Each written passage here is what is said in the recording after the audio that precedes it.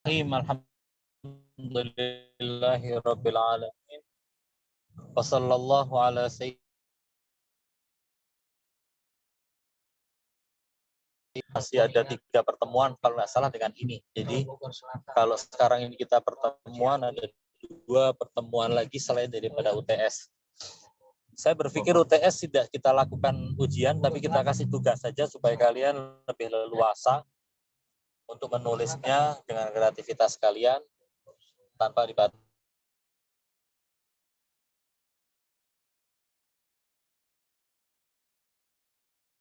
Dua pembahasan yang katanya Imdad telah selesai dengan dia belum selesai tuntas, yaitu tentang melihat Allah dan tentang ilmu Allah. Nanti insya Allah pada 2 pertemuan terakhir kita gunakan untuk pembahasan mengenai ma'ad atau hari kebangkitan. Saya ingin menyelesaikan permasalahan melihat Allah. Jadi kalau kita melihat bahwa masalah isu melihat Allah ini adalah masalah yang menjadi perdebatan di kalangan para teolog, itu pertama. Jadi kalangan ilmu kalam, ahli kalam, itu mereka berdebat tentang masalah melihat Allah. Selain itu juga ada perdebatan di kalangan para ahli tafsir berkenaan dengan masalah melihat Allah. Ada pula pernyataan-pernyataan yang berkenaan dengan melihat Allah yang disampaikan oleh para urafa, Nah, kalau kita mau melihat dari sisi sejarah bahwa melihat Allah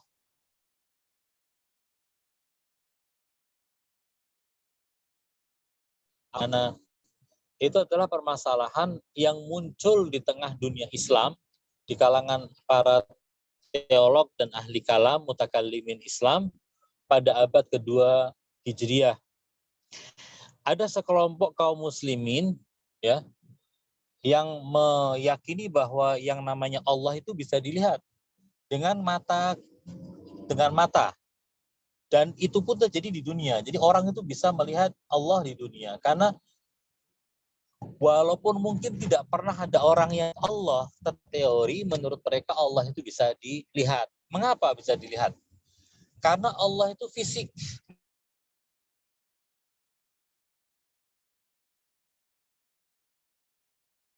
Mata mereka, kelompok Jahmiyah, kelompok apalagi itu juga mengatakan seperti itu.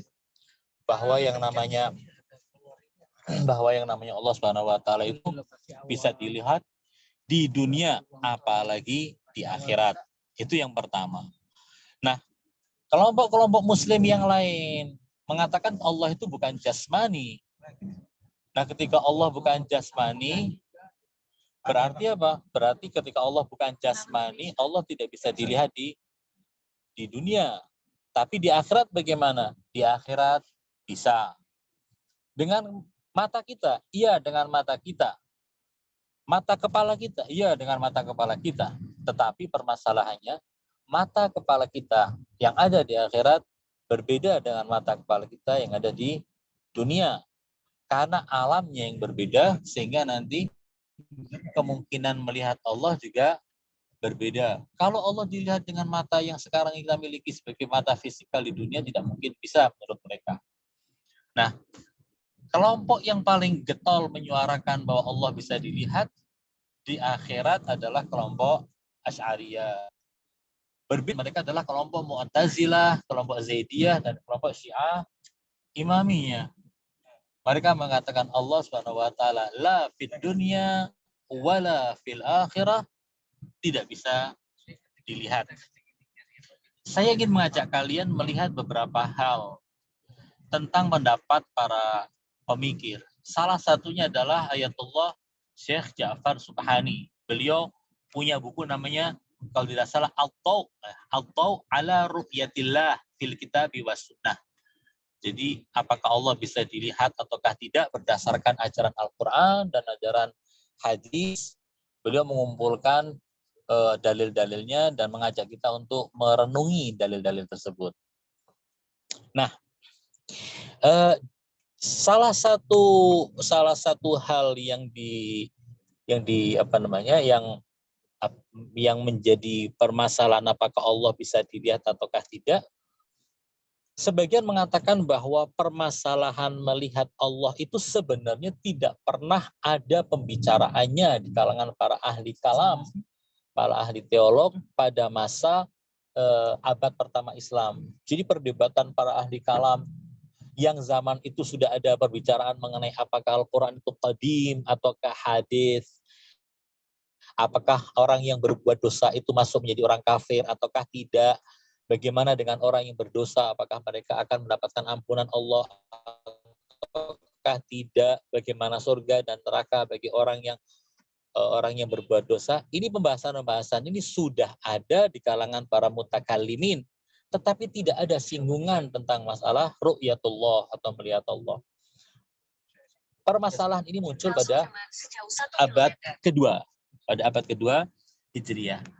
Nah, ada indikasi bahwa masuknya pembahasan mengenai melihat Allah ke tengah mutakallimin Muslim itu terjadi karena adanya orang-orang Yahudi dan Nasrani yang masuk ke tengah kaum muslimin, baik mereka itu sengaja menyusup dan mereka masuk Islam hanya berkedok zahirnya sebagai Islam padahal mereka adalah kafir, atau mereka betul-betul sudah Muslim tapi masih membawa pemikiran mereka sebagai Yahudi dan Nasrani. Jadi masuknya orang-orang Yahudi dan Nasrani Ahlul Kitab ke tengah kaum muslimin yang semakin marak pada abad kedua dengan penaklukan yang terjadi di masuknya Islam ke wilayah benua Eropa, dari Syam sampai ke wilayah Eropa, banyak orang Kristen masuk Islam. Itu menjadikan sebagian pemikiran Yahudi dan Nasrani masuk ke dalam tengah pembicaraan kaum muslimin. Salah satunya adalah melihat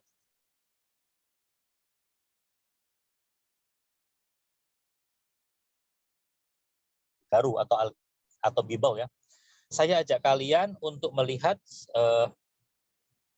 Bible di kitab Keluaran. Tahu kan Bible itu dimulai dengan Perjanjian Lama. Perjanjian Lama itu pertama kitabnya terus kitab Ulangan ya.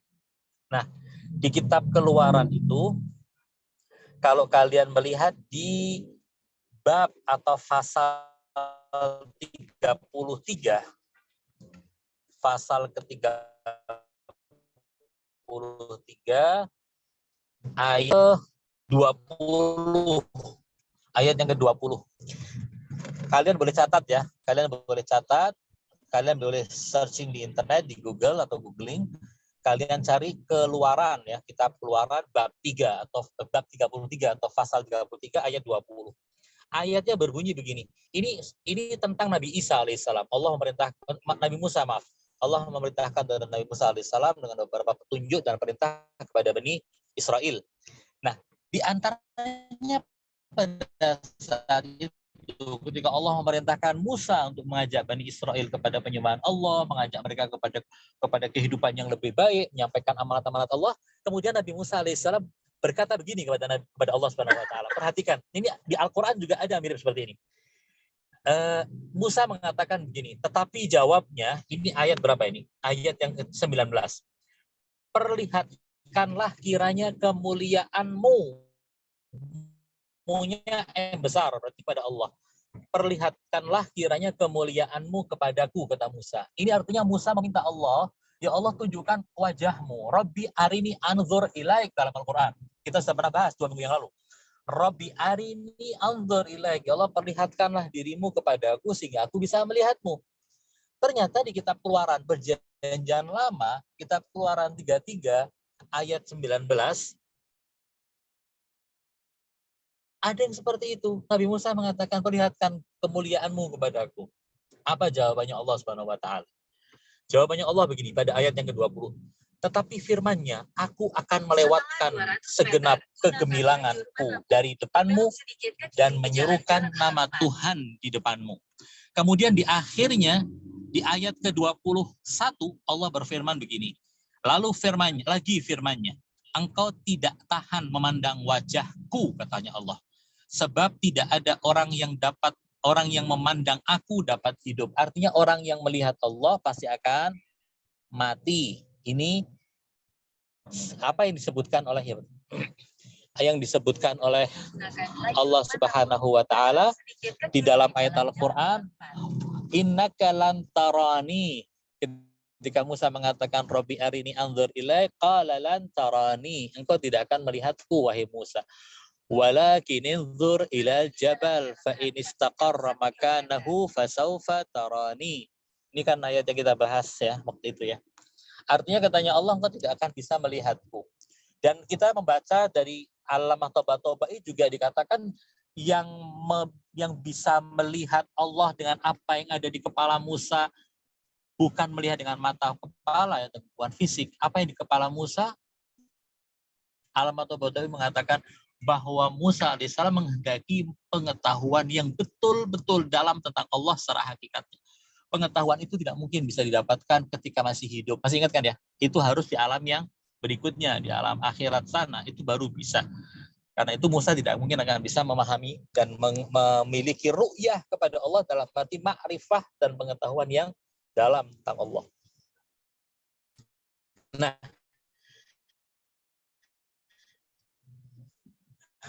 adanya firman Allah semacam ini di dalam kitab Keluaran, Bible, ini menunjukkan bahwa ini kan kitab Keluaran itu kan diakui oleh Kristen dan Yahudi juga.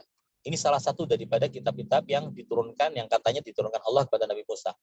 Nah, jika kita melihat bahwasanya di dalam Bible ada pembicaraan mengenai melihat Allah, di dalam perjanjian lama, juga di dalam yang sampaikan, di dalam perjanjian baru, Injil Matius, ya, bab kelima. Injil Matius bab kelima. Ayatnya berbunyi, ayat yang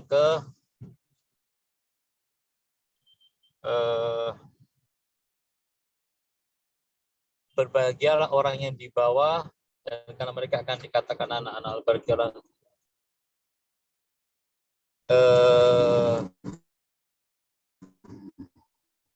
Di dalam Injil Matius juga dikatakan bahwa mereka akan melihat Tuhan. Ya. Matius bab kelima ayat 8. Berbahagialah orang yang suci hatinya karena mereka akan melihat Allah. Dalam Matius juga ada pembicaraan bahwa manusia akan melihat Allah. Di dalam Injil Yohanes bab 1 ayat 18 juga ada ungkapan, sebab hukum Taurat diberikan kepada Musa, tetapi kasih karunia dan kebenaran datang dari Yesus. Ayat 1:18, tidak seorang pun yang pernah melihat Allah, tetapi anak tunggal Allah yang ada di pangkuan Bapa, dialah yang menyatakannya. Yang artinya bisa dilihat oleh anaknya Allah. Nah, adanya pernyataan semacam ini di Injil sebagai perjanjian yang baru maupun perjanjian lama Taurat menunjukkan bahwa pemikiran melihat Allah sudah ada di dalam kitab suci agama Yahudi maupun agama Kristen.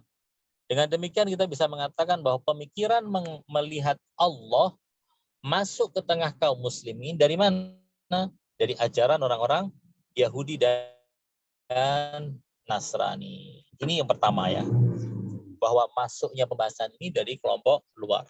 Nah, sekarang kita ingin melihat sebenarnya ada nggak sih dalilnya, apa sih yang digunakan dalil oleh orang-orang yang mengatakan bahwa Allah itu bisa dilihat. Ya. Jadi, kalau kalian mengikuti madhab Syiah Imamiyah, Zaidiyah, atau Mu'tazilah, jangan dianggap bahwasanya orang-orang Asy'ariyah atau mereka yang mengatakan Allah bisa dilihat itu tidak punya dalil. Mereka juga punya dalil. Izinkan saya untuk menyampaikan dalil yang dimiliki oleh orang-orang yang menyatakan bahwa Allah bisa dilihat. Nah, dalil bahwa Allah bisa dilihat pertama adalah dalil akal. Mereka yang mengatakan bahwa Allah bisa dilihat punya dalil akal. Dalil akalnya mengatakan begini. Kalau ada suatu maujud, dia bisa menyaksikan maujud yang lain, berarti maujud yang menyaksikan itu juga bisa disaksikan. Karena antara yang melihat dengan yang dilihat itu tentunya ada space, ada ruang. Jangan dikatakan ruangannya harus materi, enggak. Jadi ketika ada ruang yang melihat dengan yang dilihat, berarti yang dilihat juga bisa melihat kepada yang melihat. Jadi logikanya semacam itu. Karena itu ketika Allah Subhanahu wa taala menyaksikan makhluknya, berarti Allah juga bisa disaksikan oleh makhluknya. Ini yang pertama. Nah, permasalahannya begini loh, kalau memang itu logikanya kan masalahnya itu kan kita memang mata kita tidak mampu jangankan melihat Allah yang katanya nur. Tapi bukan hanya itu, Allah Subhanahu wa taala menciptakan makhluk-makhluk yang sedemikian dahsyat nurnya seperti matahari dan kita tidak mampu untuk melihatnya. Bagaimana dengan melihat Allah? Jadi tidak mungkin bisa. Nah, untuk kritik semacam ini jawabannya adalah Allah yang menciptakan manusia bisa melihat sesuatu, ketika di akhirat nanti akan memberikan kemampuan kepada manusia, mata kepada manusia yang berbeda dengan matanya di dunia ini. Dengan mata itu dia bisa melihat Allah, tapi bukan di dunia, di akhirat. Ini dalil yang pertama dari dalil akli yang disampaikan bahwa Allah bisa dilihat. Yang kedua adalah bahwa sesuatu itu kalau memang dia punya hakikat bahwasanya dia itu ada, berarti dia bisa dilihat. Sesuatu yang ada dan hakikat betul-betul dia ada, maka bisa dilihat. Memang cara melihatnya tidak harus dengan mata kasar. Bisa dengan mata yang tidak kasar, tapi bisa dilihat. Demikian pula Allah Subhanahu wa taala. Ini dalil yang kedua.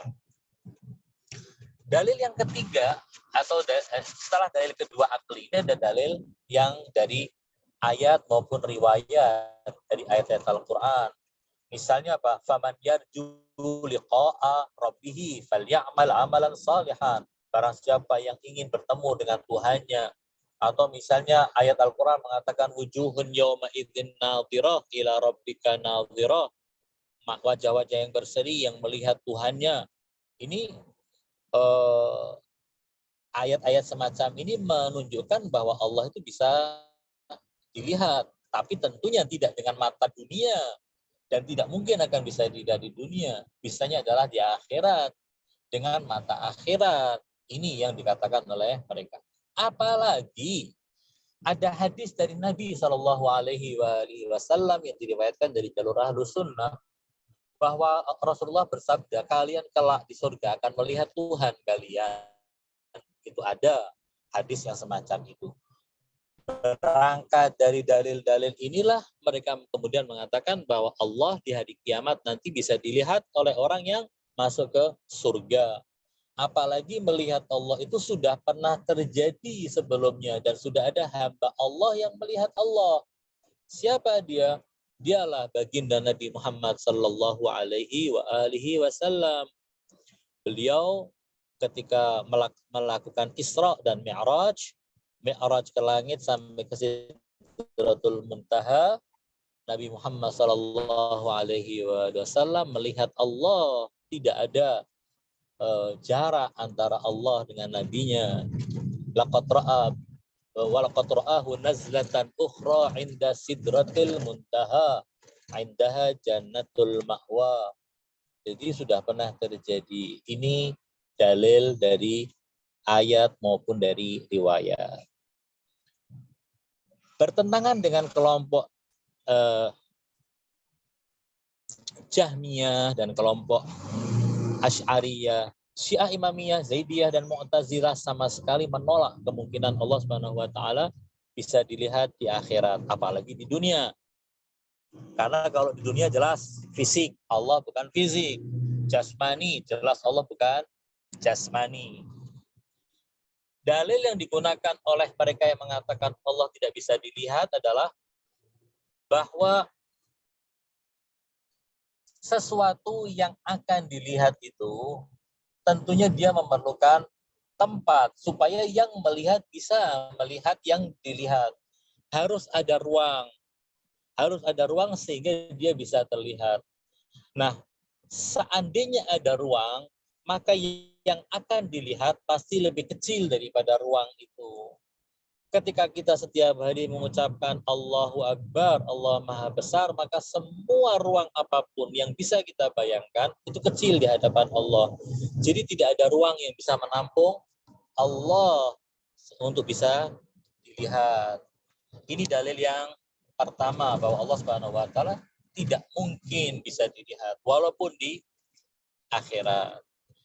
Yang kedua, ketika Allah Subhanahu wa taala bisa dilihat, maka sesuatu yang bisa dilihat itu pasti akan berbentuk. Entah bentuknya seperti apa, tapi dia akan berbentuk. Karena untuk dilihat dia pasti akan berbentuk.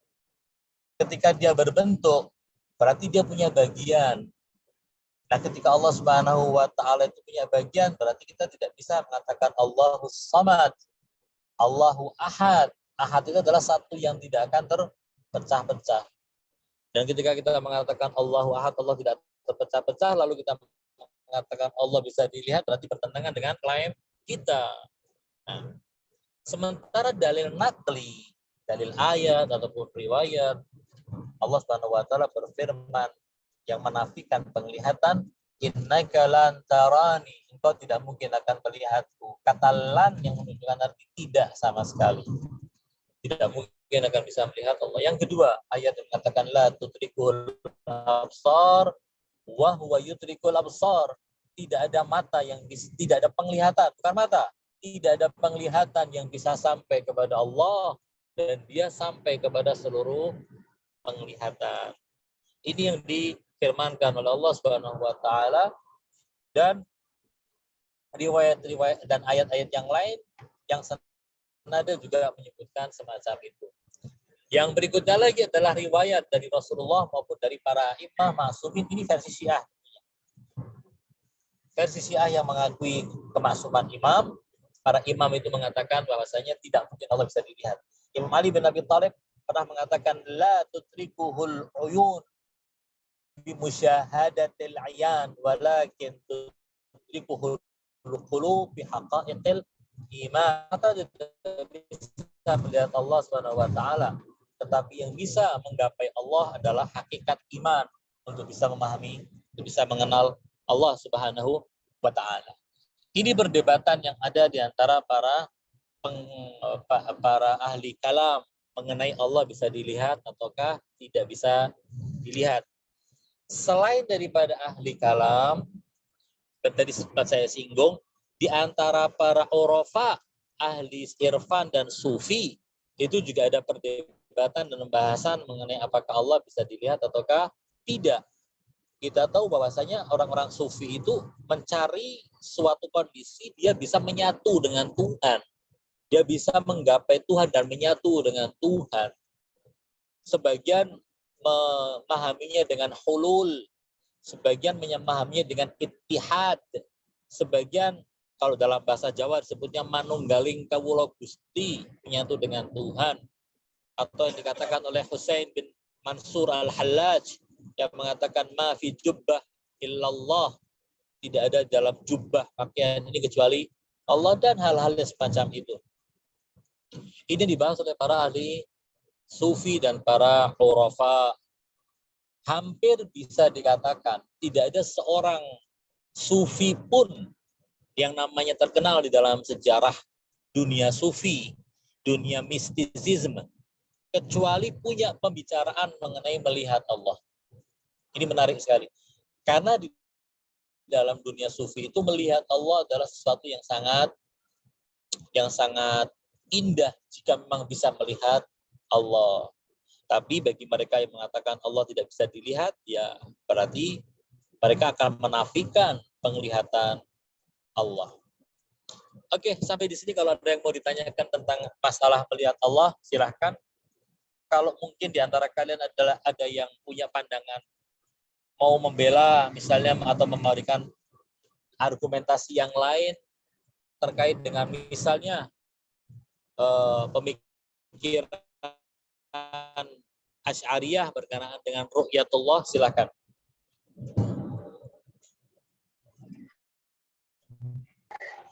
Ustadz Afwan.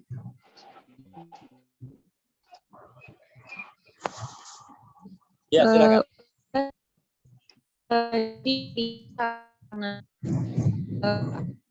Ini adanya melihat Salsa suaranya putus-putus, saya yang putus-putus atau salsa yang putus-putus? Iya, salsanya yang putus-putus, Ustaz. Makanya kirain jaringan saya juga. Afwan di sini lagi hujan soalnya. Apa tiput ya? Iya. Kalau memang putus-putus bisa ditulis saja di chat nanti biar dibaca sama Imdad, nanti Imdad yang bacakan. Baik, syukran. Yang lain? Afwan Ustaz. Iya, silakan. Bagaimana yang tentang Tuhan atau Allah Subhanahu wa taala itu ketika mau ingin menunjukkan dirinya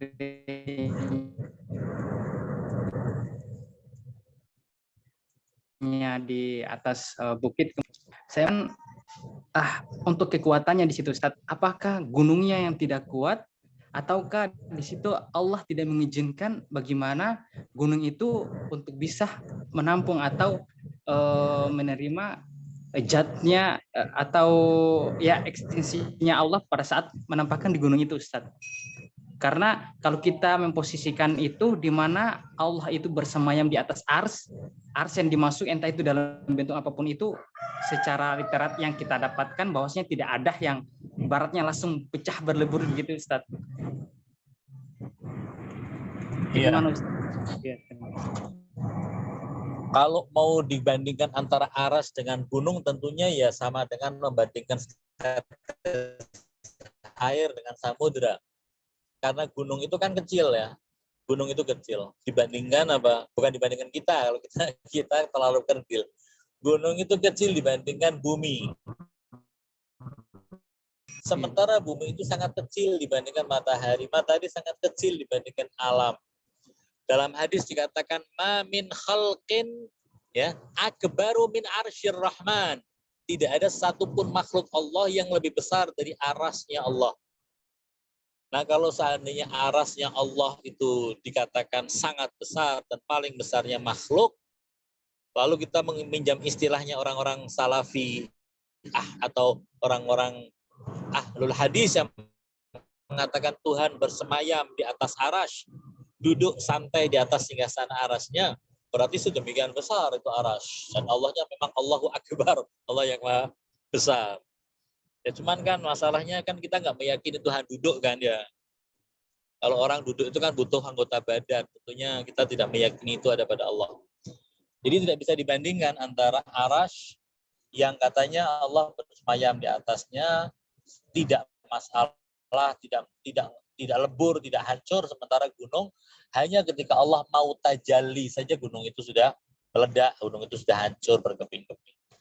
Nah, makna tajalli ini sendiri sebenarnya masalah yang sangat sangat bagi pemahamannya sulit untuk dijabarkan. Allah ingin menampakkannya dalam bentuk apa?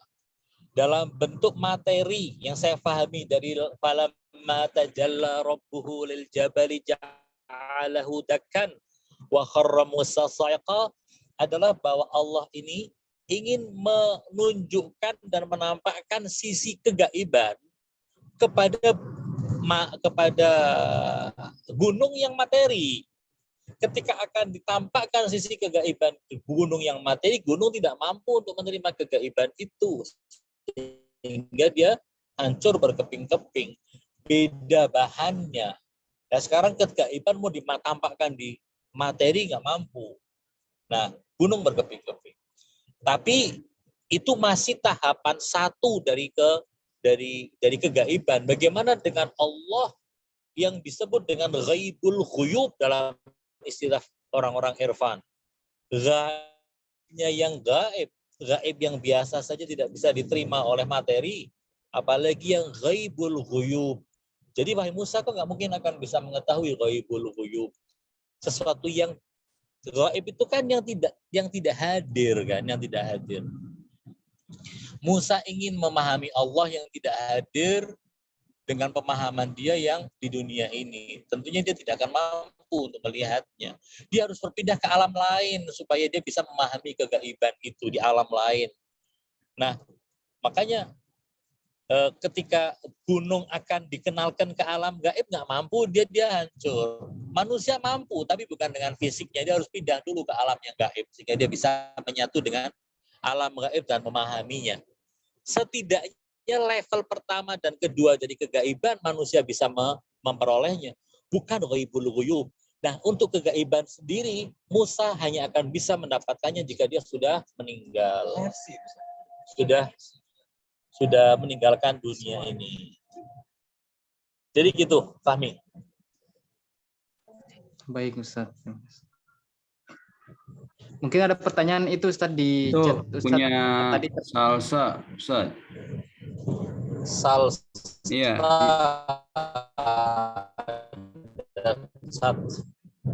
Izin putus. Apakah pandangan ahli irfan atau tasawuf tentang lihat Allah semuanya sama bahwa Allah bisa dilihat ataukah sebaliknya? Ya, orang-orang ahli sufi, ya orang-orang irfan tidak semuanya punya pandangan yang sama. Irfan itu kan jadi begini ya, yang namanya dunia mistisisme sampai orang kepada tingkatan mukasyafah, sampai kepada tingkatan khalas, sampai kepada tingkatan tajalli dan yang lain-lain ini tingkatannya beda-beda. Tidak semua orang yang masuk ke dunia itu punya level yang sama.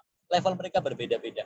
Dan masing-masing orang yang sudah sampai ke suatu tingkatan, dia akan menjelaskannya kepada orang yang belum ke sana. Jadi penjelasannya mungkin ada perbedaan-perbedaan. Nah, dalam masalah melihat Allah, para urafa juga punya penjelasan yang berbeda-beda. Sebagian dipengaruhi mungkin oleh pandangan kalamnya, sehingga mengatakan bahwa Allah bisa dilihat, dan mereka berusaha untuk melihat Allah yang tidak mungkin akan sampai kepada tujuannya. Sebagian mengatakan Allah tidak bisa dilihat, jadi dia berusaha bukan untuk menggapai melihat Allah, tetapi untuk menggapai keridhaan Allah yang tertinggi. Mungkin bisa menyaksikan keagungan Allah di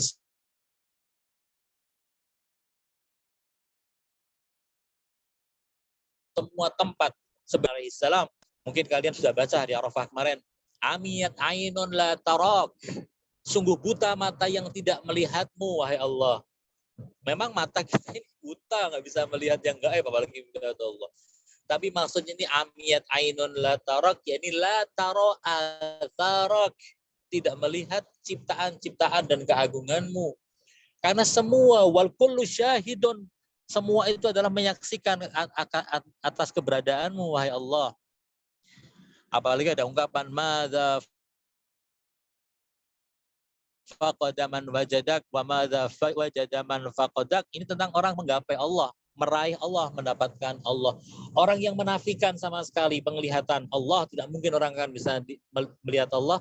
Dalam perjalanan sayr suluknya tidak mengejar melihat Allah, tapi mengajar untuk mendapatkan Allah dalam dirinya. Begitu.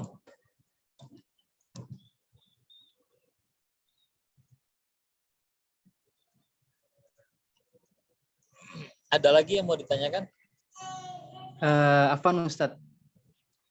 Untuk melihat Allah itu, kalau misalnya Allah itu mengizinkan pada saat itu Musa untuk melihat, bisa melihat, itu apakah bisa atau tidak Ustaz? Sekalipun Allah itu mengizinkan Ustaz, di situ Ustaz.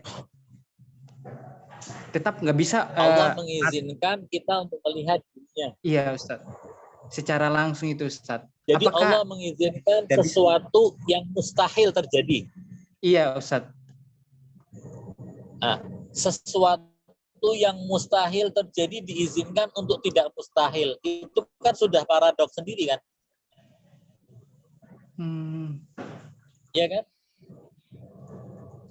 Sesuatu yang mustahil terjadi diizinkan untuk tidak mustahil. Berarti dia bukan mustahil. Iya. Paham ya?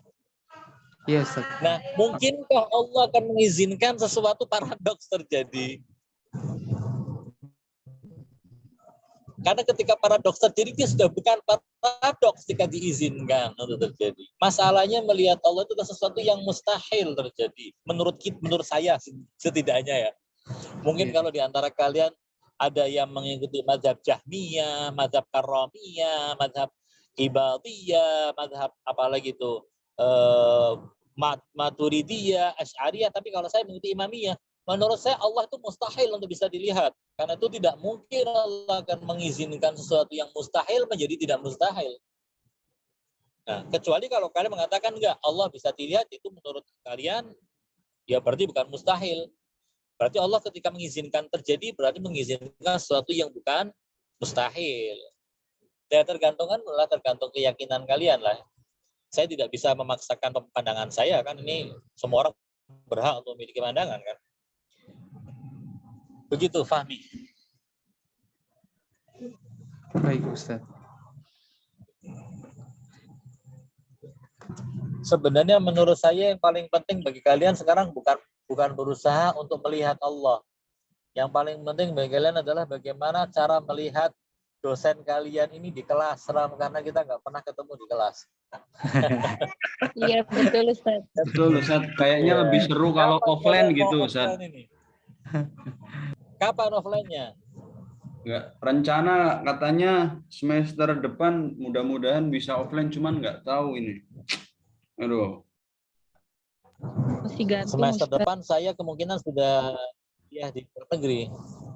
Wah, Sudah nggak di Indonesia. Kemungkinan. Ya kita serahkan sama Allah lah ya. Takdirnya Allah gimana ya? Ya kita ngikuti takdir aja. Khairuhu wa syarruhu minallah.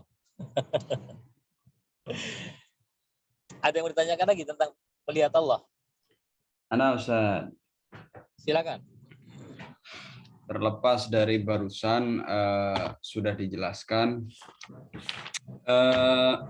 Ana di sini posisinya mencoba ngambil dari pandangan mereka, Ustaz. Ya. Terkait tentang ayat la tudrikuhul absor. Yang itu Ustaz ya? Ya.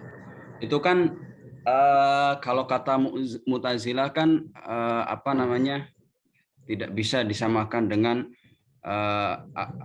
dengan penglihatan mata. Cuman kata Ar-Razi kan juga pembela Asy'ariyah juga Ustaz.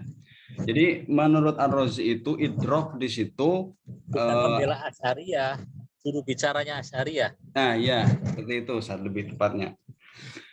Idrok yang dimaksud di situ adalah di tafsirnya itu adalah suatu ungkapan kata dari kata al-wusul gitu Ustaz. Jadi seperti misalnya ungkapan udrikul gulam ay balagol apa ini ya? Halim ya. Seorang adrokal gulam ay balagol hulum. Nah, seorang pemuda Ya, sudah balik. Mencapai, nah seperti itu Ustaz.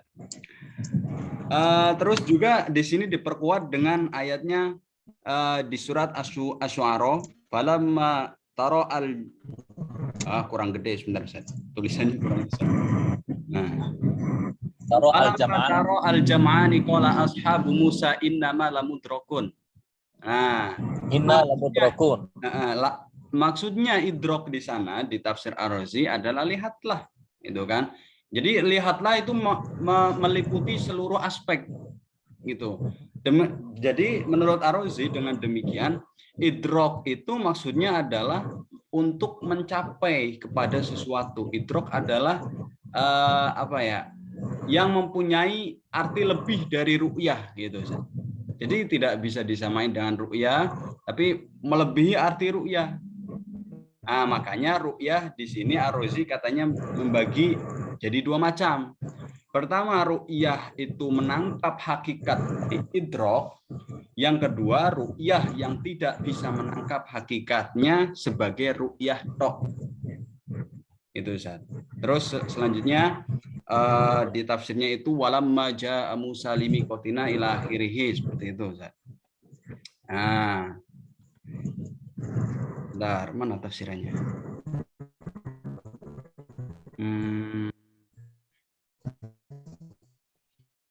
Tafsirannya mana tafsirannya? Ini masih menurut Az-Zamakhsyari.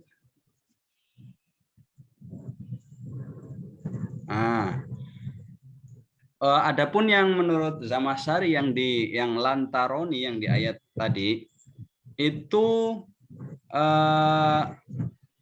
Allah itu tidak bisa dilihat, namun adapun Farudin, aduh ini ngartinya bingung.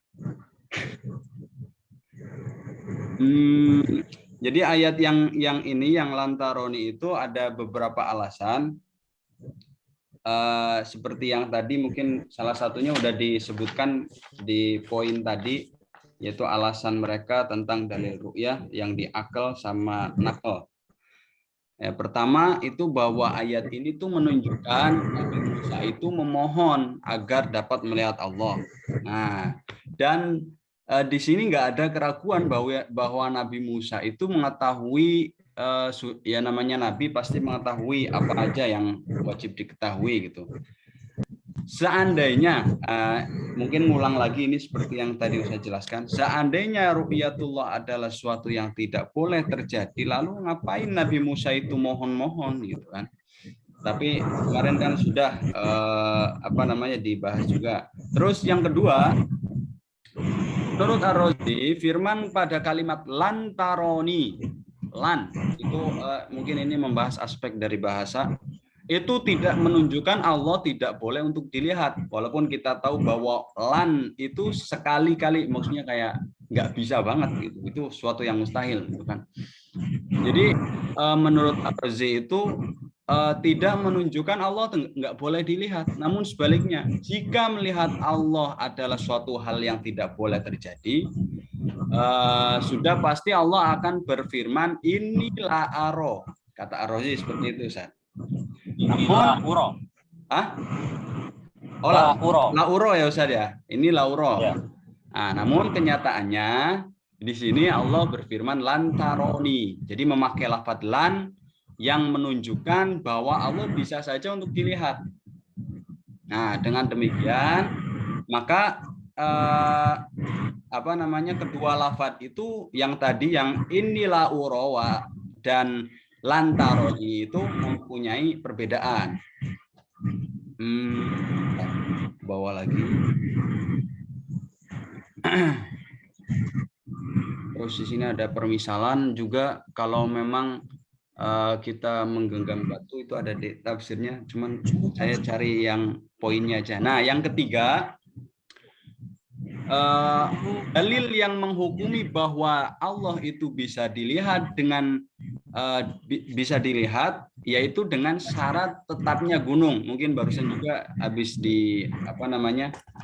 bahas juga sedikit, sebagaimana firman-Nya falamma tajalla rabbuhu, itu di situ yang sebelum itu, maka jika gunung itu tetap di tempatnya, niscaya kamu dapat melihatku. Terus yang keempat, falamma tajalla rabbuhu lil jabal ja'alahu, menurut Ar-Razi kata tajalla itu jalla kan kalau di terjemahan Kemenag itu menampakkan diri atau turun gitu kan, diartikan sebagai ru'yatullah. Ini alasan keempat dari Ar-Razi. Dan Ar-Razi kita jalla itu jadi dua macam. Pertama, digambarkan dengan pengetahuan tentang misalnya benda dan menjelaskan gambaran bentuk benda tersebut. dan memperlihatkan benda tersebut akan memperjelas wujud benda tersebut, itulah intinya. Terus yang kedua, maksud dari ayat di atas itu juga menjelaskan bahwa manusia itu tidak mampu melihat Allah. Dengan dalil bahwa gunung yang begitu besar bentuknya, ketika Allah bertajalli itu hancur lebur. Nah, seperti itu, Ustaz. Sudah dulu. Anda cari poin-poin yang penting itu. Ya, itu kan dalil-dalil disampaikan oleh Rozi. Rozi mengatakan bahwa ru'yatullah adalah sesuatu yang mungkin terjadi. Tapi sebenarnya begini, kalau tadi membahas masalah makna idrok ya, dengan menyebutkan misalnya adrokal hulamu al-hulum atau innala mudrakun, artinya jelas bahwa adroka itu artinya sampai kepada sesuatu. Nau'un minal wusul ila syai' idrok. Nah, masalahnya Allah berfirmannya la tudrikuhul absar. Absar itu jamaknya basar. Basar itu penglihatan. Penglihatan tidak akan bisa menggapainya. Nah, maksudnya penglihatan tidak bisa menggapainya itu apa? Berarti kan penglihatan kan? Penglihatan itu artinya kan mata.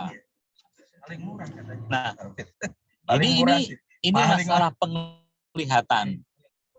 Itu yang pertama. Yang kedua masalahnya bahwa lantaroni itu juga pembahasan masih belum selesai.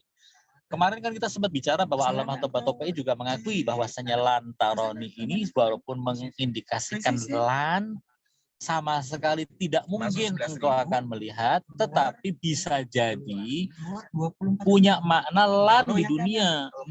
Jadi tidak harus di akhirat. Itu katanya Allamah Tabatabai dan membetulkan. Itu bisa jadi kalau seandainya dijadikan dalil, lantaroni itu bukan dalil yang Allah tidak bisa dilihat di surga. Tapi ala kulli hal ini perbedaan pendapat.